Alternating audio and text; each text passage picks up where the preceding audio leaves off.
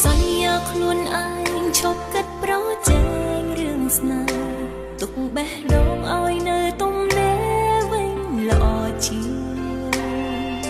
ធ្វើដេចចិត្តមនុស្សដោផ្លាស់ប្រែប្រួលមិនទៀងម្ដងរាំង